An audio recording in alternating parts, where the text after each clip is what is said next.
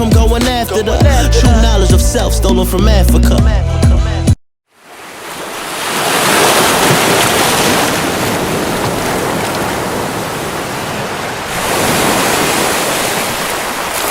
When you come to Ghana now, we have about 19 preserved foreign castles dotted along the coastline of the country. There are about 40 foreign castles in West Africa, all because of our gold.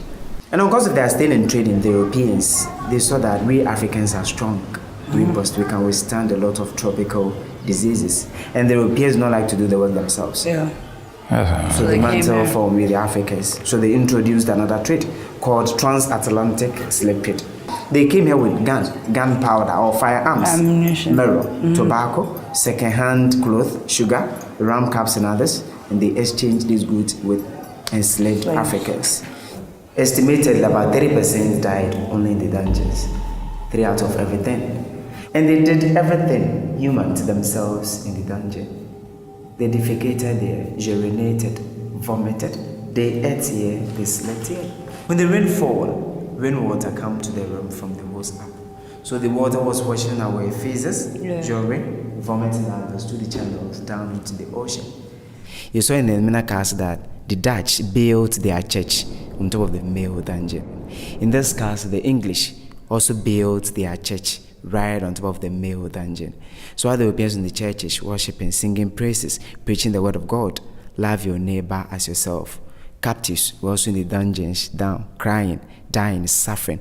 So if there's heaven and hell, then ironically, heaven up there, hell down here. So the male captives entered from the male dungeon behind the shrine. They walked in it, in chains. They passed to the exit down. Spy hole here.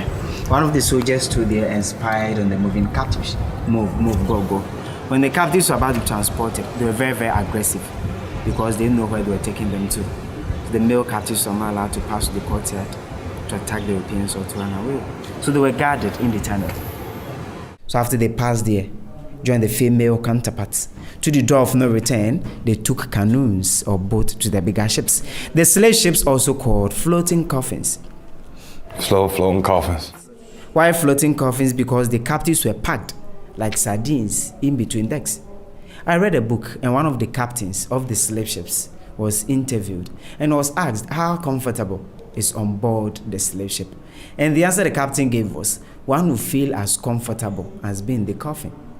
And some of these floating coffins were having wonderful names, very ironic names. Names like Liberty, Brotherhood, Glory of Africa, Santa Maria. Those were the names of the slave ships. Wow. That's crazy. The Europeans abused some of the female captives sexually.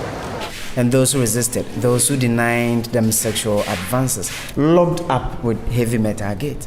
Food, water, passed to them to the whole year. No bath, feces, urine, vomit in there.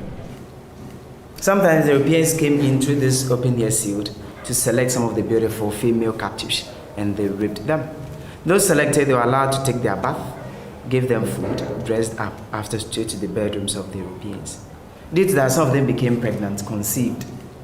They built stone houses in town with hired nurses and midwives. So they were sent their nurses, midwives to care of them. 2 or 3 weeks after giving birth, they needed to leave the babies there and come back to the dungeons because they were bought by individual merchants with the marks on them, someone's property. And no one bought a pregnant slave. Final exit point for the captives, door of no return. So our brothers and sisters walked to the door and never came back. That is why the Europeans named the door of no return. Our forefathers passed through the door and they said bye-bye to Mother Ghana, Mother Africa.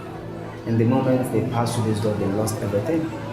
They lost their names, culture, families, religion, languages, and they even lost their dignities as human beings. It is estimated about 2 million captives passed to this castle, 2 million.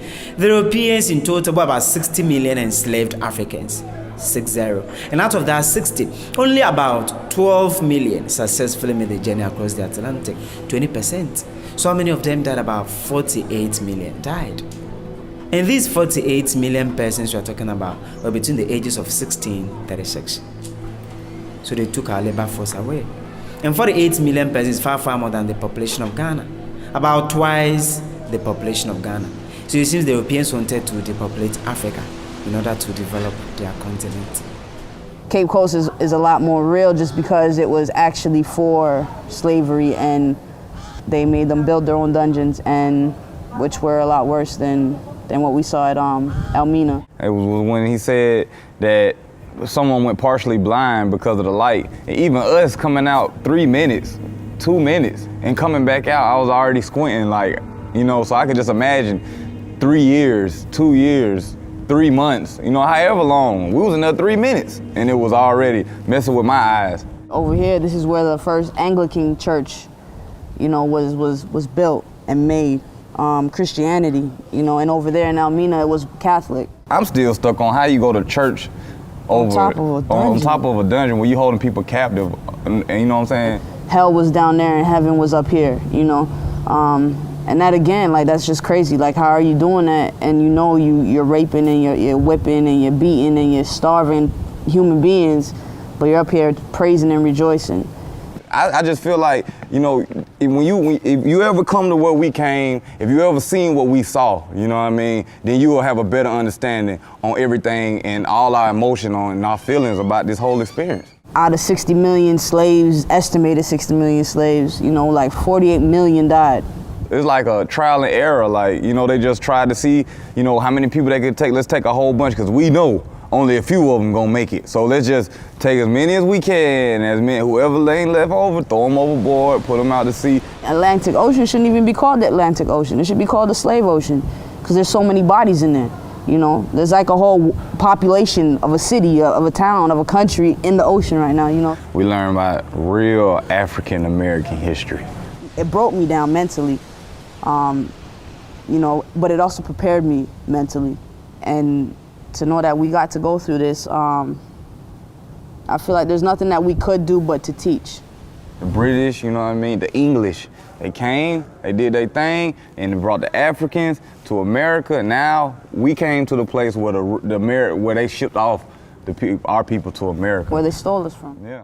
I'm going after the true knowledge of self stolen from Africa.